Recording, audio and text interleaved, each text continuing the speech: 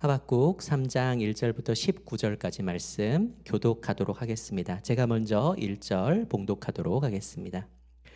시기 온 옷에 맞춘 선지자 하박국의 기도라. 하여 내가 주께 대한 소문을 듣고 놀랐나이다.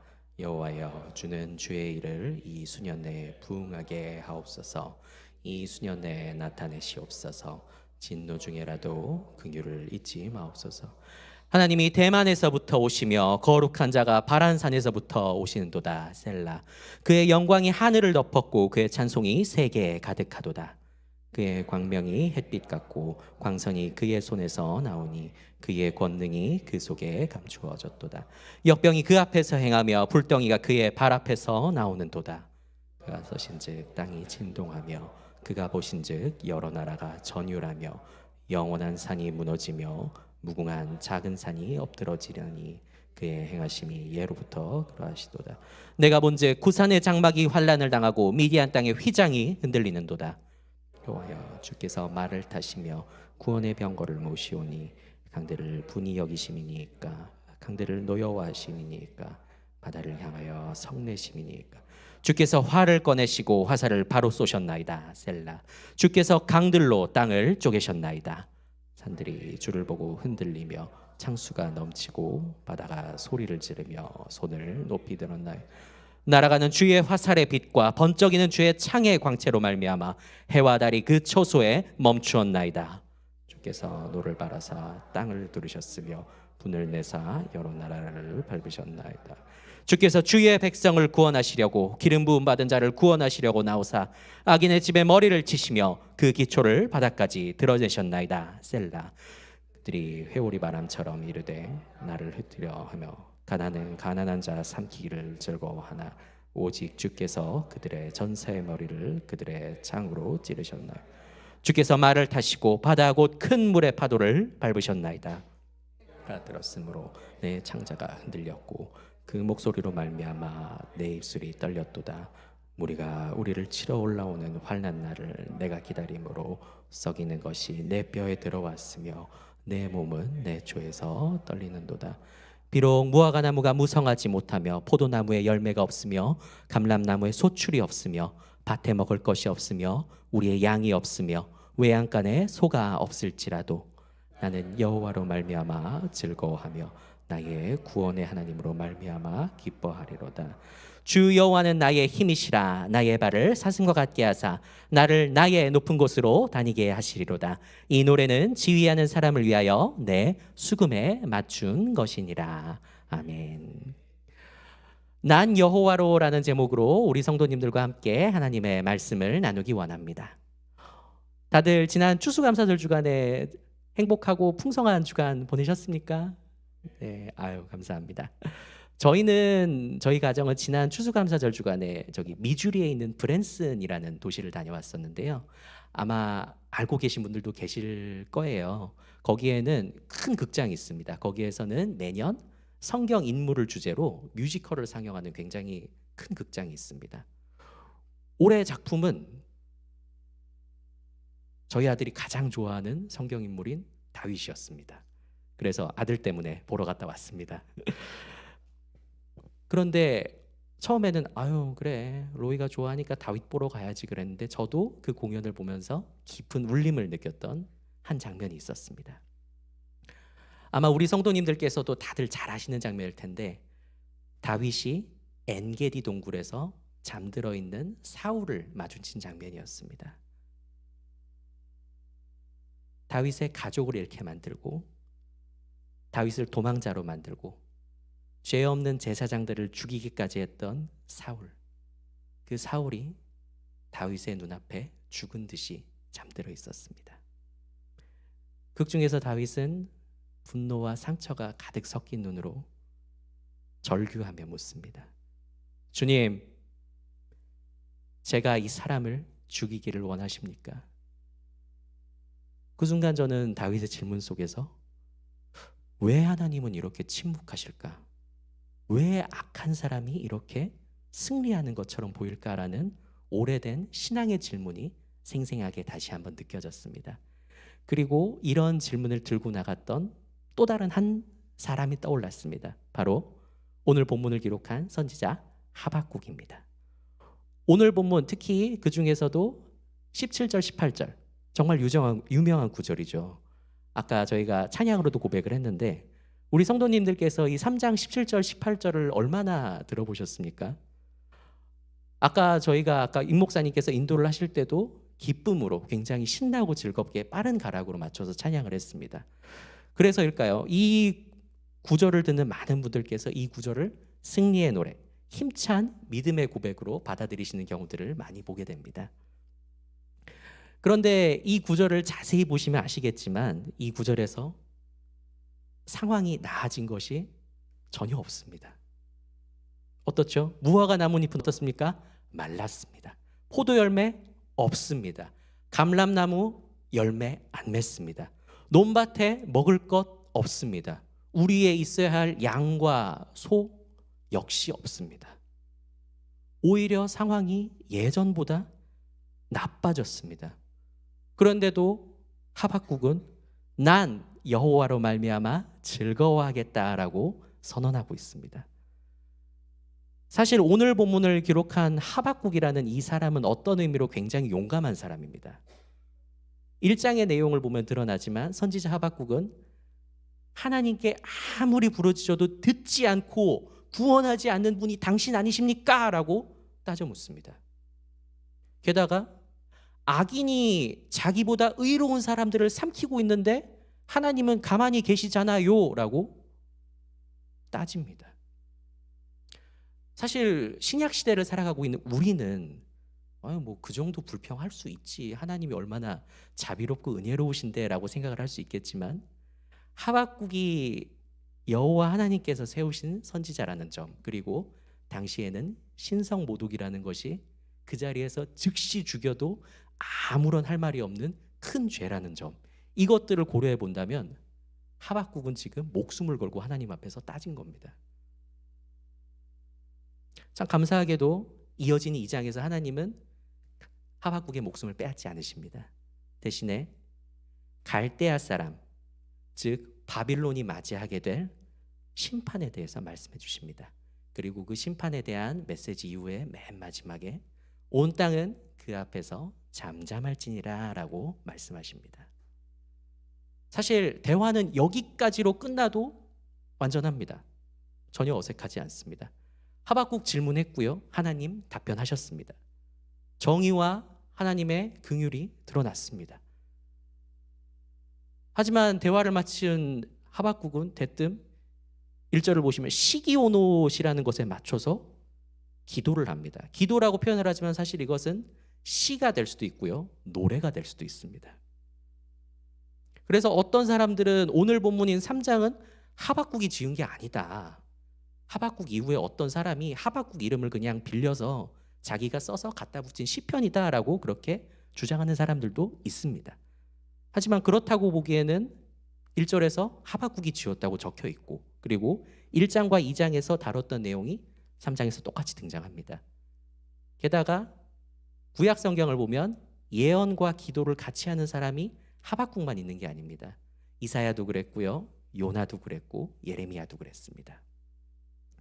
그렇다면 하박국은 왜 오늘 말씀을 그냥 하나님하고 대화해서 하나님이 답변해 주셨다 끝 하면 될 건데 왜 기도 내지는 노래로 오늘 본문을 마무리하고 있는 것일까요? 그리고 이 노래 속에서, 이 노래를 부르면서 하박국은 무엇을 보았기에 난 여호와로 즐거워하리라, 난 여호와로 즐거워하겠다라는 그런 결론에 이르게 되었을까요? 우리도 여호와로 즐거워하겠다는 결론에 이를 수 있을지 한번 본문을 같이 살펴보도록 하겠습니다. 본문 2절을 보시면은 하박국이 주에 대한 소문을 듣고 놀랐다고 그렇게 표현하고 있습니다.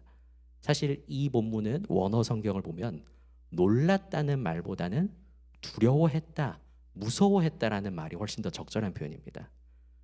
다시 말해서 하박국은 2장에서 하나님께서 들려주셨던 대답을 듣고 지금 무서워서 벌벌 떨고 있는 상황입니다. 여기에서 하박국이 이렇게 기도합니다. 어떻게 기도하죠? 여호와여, 주는 주의 일을 이 수년 내에 부흥하게 하옵소서. 이 수년 내에 나타내시옵소서. 진노 중에라도 긍휼을 잊지 마옵소서. 무서워 벌벌 떨면서 부흥을 기도합니다.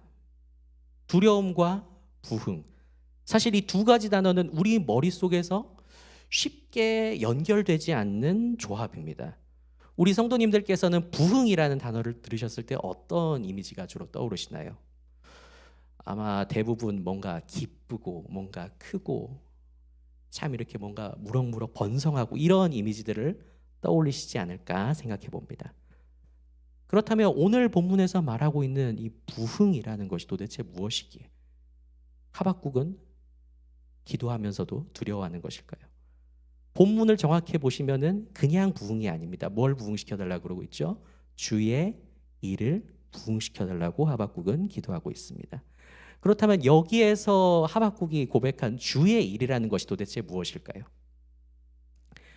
1장과 2장에서 등장했던 하박국과 여호와 하나님과의 대화를 생각해 본다면 거대한 악인 바빌론에 대한 심판을 의미하는 것이겠지만 그것만이 전부는 아닙니다.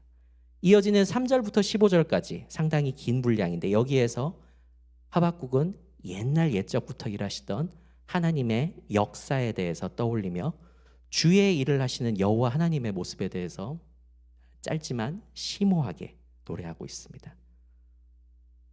우선 3절부터 6절까지를 보시면 우리에게 익숙한 듯하지만 한편으로는 상당히 충격적인 모습이 묘사되고 있습니다. 어떤 모습입니까? 햇빛 같은 광명의 하나님께서 영광과 찬양 중에 나타나십니다. 그런데 이때 아름다운 것들이 함께 나타나지 않습니다. 무엇이 나타납니까?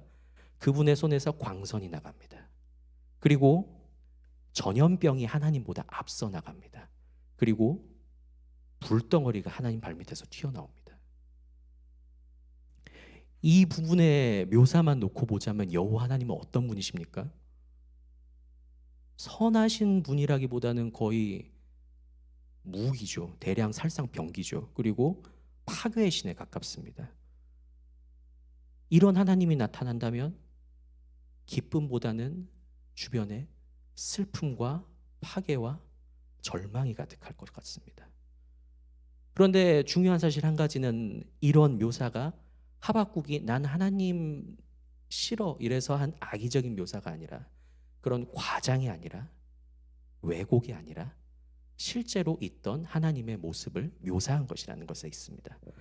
본문을 보시면 여호와 하나님께서 나타나는 곳이 대만과 바란이라고 되어 있습니다.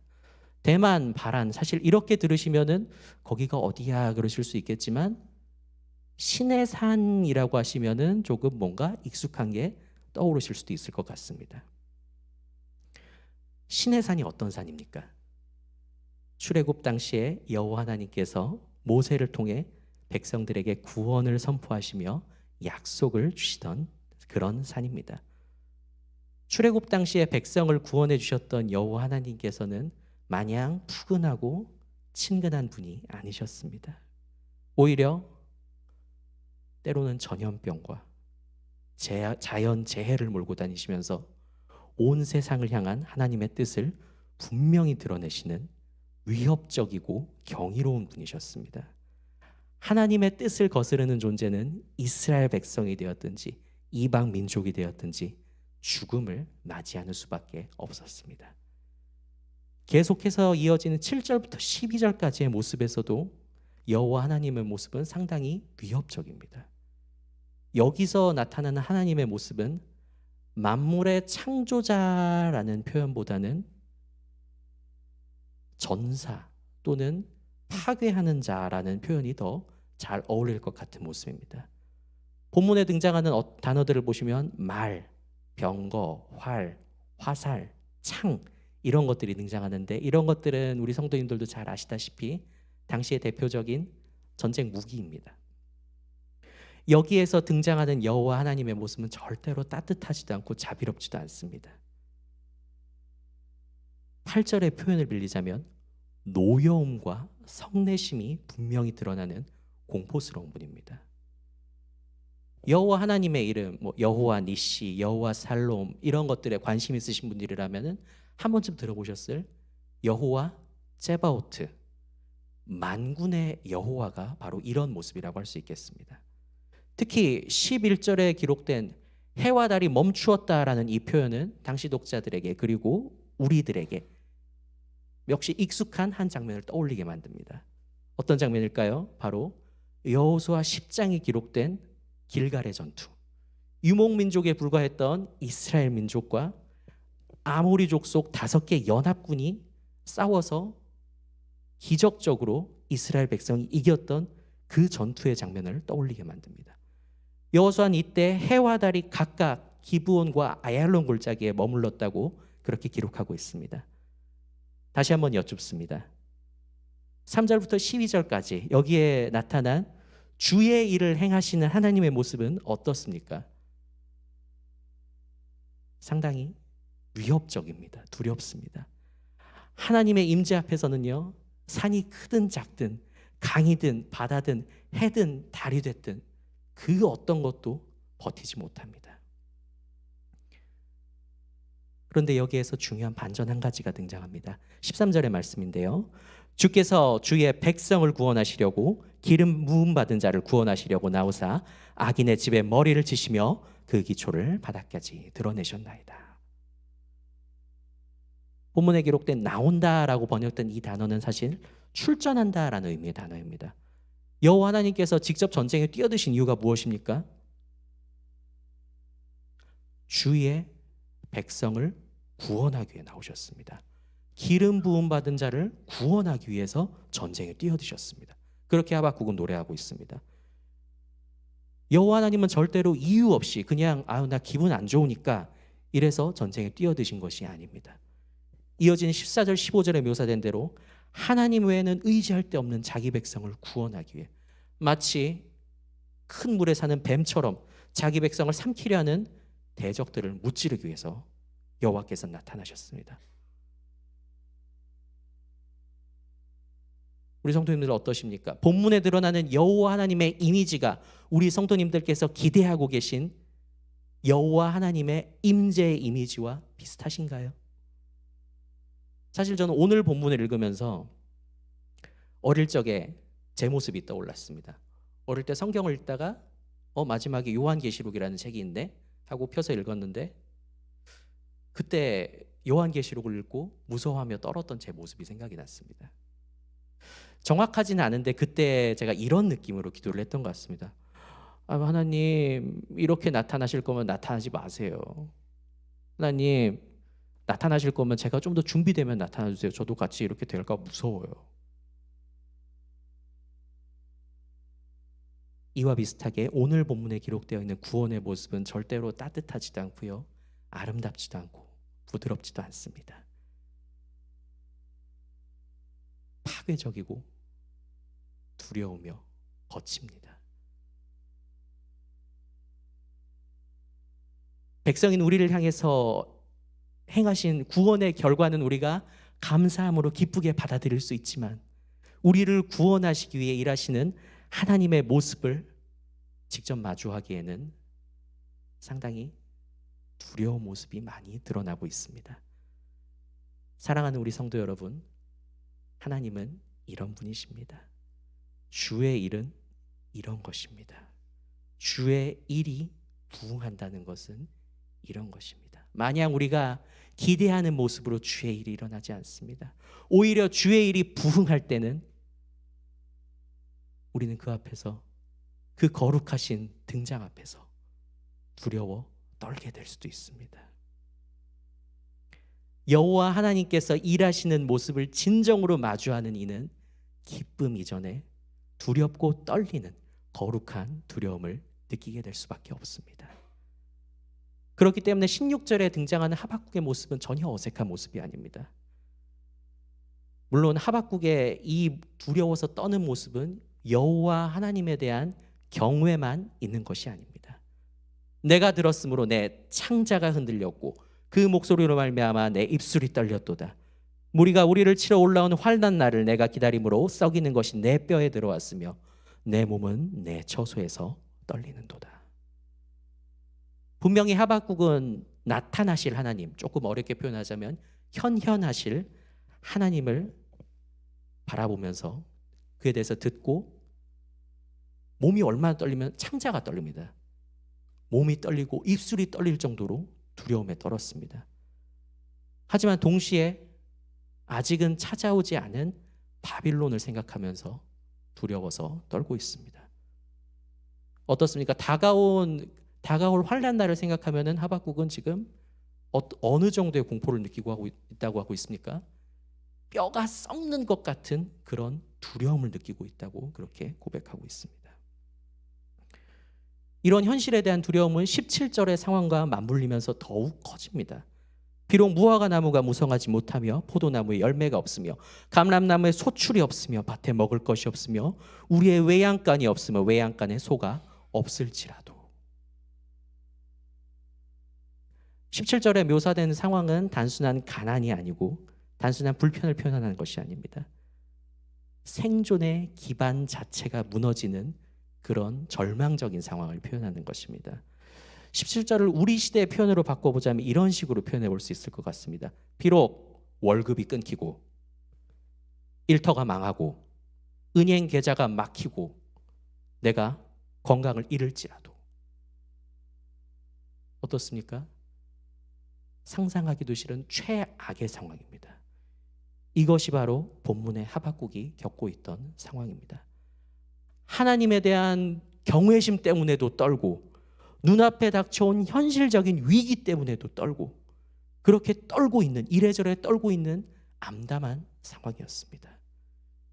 그런데 사실 이 모습은 지금 우리의 모습과 크게 다르지 않다고 봅니다. 우리 역시 말씀을 통해 하나님께서 어떤 분이신지 알고 하나님 정말 경외합니다라고 표현하지만 현실의 무게를 마주하면 또 어떻습니까? 그로 인해서 현실 역시 두렵고 떨려서 거기에 흔들리기 때문입니다. 그런데 여기에서 또 다른 반전 하나가 나타납니다. 바로 18절 말씀입니다. 18절 말씀은 저희가 같이 한번 읽어보면 좋겠는데요. 한번 같이 한번 읽어보겠습니다. 18절 같이 읽어보겠습니다. 시작. 나는 여호와로 말미암아 즐거워하며 나의 구원의 하나님으로 말미암아 기뻐하리로다. 아멘. 히브리어 원문에서 보면 18절은 사실 이렇게 시작합니다. 그렇지만 나는, 그러나 나는 이라는 문구로 시작하고 있습니다. 이렇게 히브리어에서 주어를 앞세워서 강조를 하면 이게 어떤 뜻이냐면요, 지금부터 나는 전혀 다른 것에 대해서 얘기할 거야 라는 선포입니다. 앞서 보았듯이 하박국은 현실을 지금 도피하지도 않고 부정하지도 않습니다. 18절 오기 전까지 직전까지도 몸이 떨릴 만큼 두려워했고요. 상황은 여전히 절망적입니다. 무너져 있습니다. 그런데 그 자리에서 하박국은 시선을 바꿉니다. 시선을 완전히 바꿔서 여호와 하나님을 바라봅니다. 이런 맥락에서 하박국의 고백은 이렇게 정리해 볼 수 있겠습니다. 내가 기뻐하는 이유는 상황이 나아져서가 아닙니다.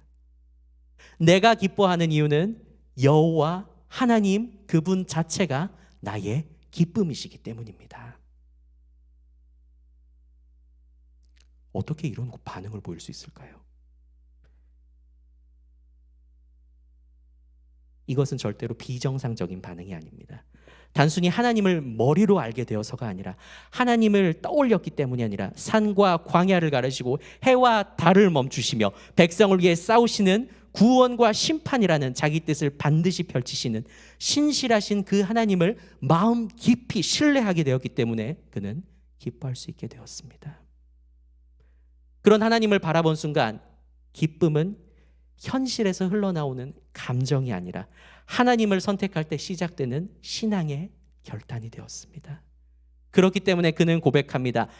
나는 기뻐하리라. 나는 기뻐하리라. 이는 감정의 자연스러운 흐름이 아닙니다. 현실보다 크신 하나님을 바라볼 때 영혼에서부터 선포하는 의지적인 신앙의 선포입니다. 이제 19절에서 하박국의 고백은 더욱더 깊은 확신으로 넘어갑니다. 주 여호와는 나의 힘이시니 나의 발을 사슴과 같게 하사 나로 나의 높은 곳을 다니게 하시리로다. 여기서 하박국이 붙든 첫 번째 진리는 바로 이것입니다. 주 여호와는 나의 힘이시다. 하박국은 이제 더 이상 자기 힘으로 버티려 하지 않습니다. 현실의 무너짐 속에서, 감정의 떨림 속에서 그의 힘의 근거는 바뀌었습니다. 이제 하박국에게 있어서 힘은 내가 무엇을 갖고 있느냐가 아닙니다. 하나님이 어떤 분이시냐에서부터 그의 힘이 시작됩니다. 그리고 이어지는 두 번째 진리는 더욱더 극적입니다. 주 여호와께서 나의 발을 사슴과 같게 하신다. 사실 우리에겐 좀 익숙하지 않은 비유인데요. 고대 근동에서 사슴이라는 동물을 표현할 때 어떤 동물이냐면 절벽과 바위 틈새를 민첩하게 폴짝폴짝 뛰어다니는 아주 재빠른 생명체입니다. 예전에 담임 목사님께서 말씀을 전하시면서 그 절벽 틈새에 서 있는 그 사냥에 대해서 말씀을 해주셨는데 그런 이미지입니다. 정말로 떨어질 것 같은 자리에서 서 있어도 사슴이 미끄러지지 않습니다. 가파른 절벽도 재빠르게 내달리는 아주 민첩한 생명체입니다. 하박국은 지금 절대로 현실이 평탄하다고 말하고 있지 않습니다. 오히려 현실은 어떻습니까? 여전히 절벽입니다. 삶의 바닥은 위태위태합니다. 하지만 하나님께서 자기 백성이 그 위에 발을 딛고 섰을 때 넘어지지 않도록 그 발을 붙들어 주십니다. 환경이 바뀐 것이 아닙니다. 그 환경을 딛고 있는 발이 달라졌습니다. 또한 하박국은 나의 높은 곳이라고 고백합니다. 그냥 높은 곳이 아닙니다. 나의 높은 곳입니다. 여기서 말하는 나의 높은 곳이란 하나님께서 직접 세우신 승리의 자리. 하지만 이 승리는 단순한 승리가 아니라 하나님을 향한 믿음이 더욱더 성숙하게 되는 신앙의 성숙의 자리입니다. 현실은 끊임없이 우리를 끌어내리는 것 같아 보입니다. 하지만 하나님은 하박국을, 우리를 오히려 더 높은 곳으로, 하나님을 더욱 신뢰할 수 있는 자리로 올려주십니다. 그렇게 19절에서 하박국은 기쁨의 이유를 하박국 본인에게 그리고 우리 모두에게 다시 한번 확인시켜주고 있습니다. 기쁨은 상황의 결과가 아닙니다. 하나님이 붙드시는 발로 서 있는 믿음의 사람의 반응입니다. 상황은 여전히 무너져 있습니다. 하지만 하나님을 신뢰하는 사람은 그 무너진 현실을 흔들리지 않는 발로 딛고 설 수 있습니다. 이제 말씀을 시작하면서 드렸던 그 질문을 다시 한번 붙잡으려 합니다. 왜 하박국은 오늘 자신의 글을 기도이자 노래로 마무리하고 있을까요? 그리고 그 기도를 하면서 무엇을 발견했기에 아무것도 개선되지 않은 이 끔찍한 현실 속에서 난 여호와로 말미암아 즐거워하리로다 라고 선포할 수 있었을까요? 그에 답은 우리는 비록 읽어보지 않았지만 굉장히 유명한 구절인 하박국 2장 4절에서 등장합니다. 거기에 이렇게 기록이 되어 있습니다. 다들 아시는 고백일 텐데요. 오직 의인은 무엇으로 말미암아요? 믿음으로 말미암아 살리라. 하박국은 상황이 아니라 믿음으로 사는 삶이 무엇인지 다시 보게 되었습니다. 그리고 3장은, 오늘 우리가 읽어본 3장은 그 믿음이 삶 속에서 어떻게 노래가 되고 고백이 될 수 있는지 보여주고 있는 것입니다. 하박국이 다시 본 하나님은 백성을 위해 싸우시는 분이었으며 역사를 심판과 구원의 손으로 움직이시는 신실하신 분이었습니다. 그 하나님을 깨닫고 바라보며 신뢰하게 된 순간 하박국의 질문은 하나님께 따져 묻는 논쟁이 아니라 하나님께 올려드리는 예배가 되었습니다. 그렇게 그는 기도하며 노래합니다. 찬양합니다. 현실은 조금도 바뀌지 않았습니다. 하지만 그 현실을 걷는 그의 발을 붙들어 주시는 하나님의 손을 믿게 되었기 때문입니다. 이제 그의 기쁨은 상황의 결과가 아닙니다. 믿음으로 사는 의인에게서 열리는 신앙의 열매입니다. 그렇기 때문에 그는 조용하지만 분명하게 고백합니다. 난 여호와로 말미암아 즐거워하리로다. 더 간결하게 우리의 말로 오늘 본문의 결론을 정리해 보자면 이렇습니다. 상황이 나를 결정하지 않습니다. 하나님께서 나를 결정하십니다. 사랑하는 우리 성도 여러분, 하박국의 고백은 현실을 도피하고 현실을 외면한 그런 낙관이 아닙니다. 현실을 직면하고 나서도 하나님을 더 크게 바라본 그런 이의 신앙의 고백입니다. 우리가 이 말씀 앞에서 해야 될 첫 번째 적용은 바로 이것입니다. 나의 3장 17절은 과연 무엇일까? 오늘 3장 17절 말씀이 어떤 말씀이었습니까? 자기의 절망적인 상황을 낱낱이 표현하고 있습니다. 하박국은 잎마른 무화과 나무, 열매 없는 포도나무, 소출이 멈춘 올리브나무, 논밭, 가축이 없는 우릿강과 같은 언어로 표현했습니다. 우리도 오늘 이 말씀 앞에서 우리의 현실을 하나님께 솔직하게 고백해 볼 수 있습니다. 비록 내 건강이 악화될지라도, 비록 내 관계가 흔들릴지라도, 비록 내 앞날이 보이지 않을지라도, 비록 내 경제적 기반이 무너질지라도. 그리고 두 번째 적용은 그렇지만 나는, 하지만 나는, 이것을 분명하게 고백하는 것입니다. 하박국은 어땠습니까? 그렇지만 나는을 외치며 자신의 시선을 현실의 무너짐에서 하나님께로 옮겼습니다. 하나님이 어떤 분이신지 다시 한번 보게 된 순간 처해 있는 상황은 조금도 나아지지 않았지만 그는 흔들리지 않는 발로 현실을 딛고 설 수 있었습니다. 우리에게도 이와 같은 결단이 필요합니다.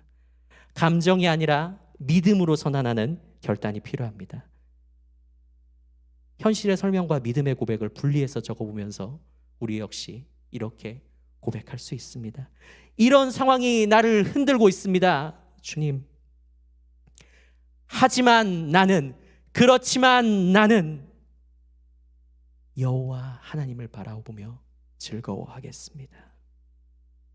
이런 작은 실천과 반복 속에서 우리의 시선이 점차 상황이 아니라 하나님께로 향하게 될 줄 믿습니다.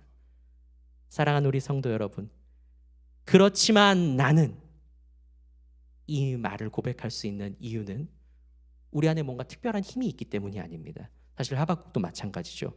그는 하나님의 거룩한 임재 앞에 떨기 바빴고 동시에 다가올 바벨론의 침공을 생각하면서 주님, 뼈가 썩을 것 같아요 라고 무서워하던 그런 사람이었습니다. 그렇지만 그는 하나님을 신뢰하며 다시 바라보았기에 오늘 우리가 함께 읽고 듣고 있는 이 놀라운 고백을 할 수 있었습니다. 하박국이 바라본 하나님은 오시는 분, 구원을 이루시는 분, 넘어지지 않도록 붙들어 주시는 분이었습니다. 그리고 신약은 바로 이 하나님의 모습이 예수 그리스도 안에서 분명히 드러났다고 선포하고 있습니다. 예수님께서 우리에게 오셔서 우리의 죄를 짊어지셨습니다. 십자가에서 구원을 이루셨습니다. 부활하셔서 지금도 우리를 붙들고 계신다고 신약성경은 분명하게 드러내고 있습니다. 그렇기에 그리스도를 믿고 있는 우리도 하박국처럼 고백할 수 있습니다. 난 여호와로 말미암아 즐거워하리로다. 난 여호와로 말미암아 즐거워합니다. 그리고 이어서 이렇게 믿음으로 선포할 수 있습니다. 상황은 나를 흔들 수 없습니다. 그리스도께서 나를 붙들어 주십니다. 사랑하는 우리 성도 여러분, 오늘 말씀을 통해 하나님을 다시 바라보는 믿음으로 서시기를 축복합니다. 3장 17절 같은 그 현실 위에서도 그렇지만 나는 여호와로 라는 고백을 드릴 수 있게 되기를 바랍니다. 주께서 우리 성도님들의 발을 사슴처럼 붙드시고 높은 곳으로 인도해 주실 줄 믿습니다. 함께 찬양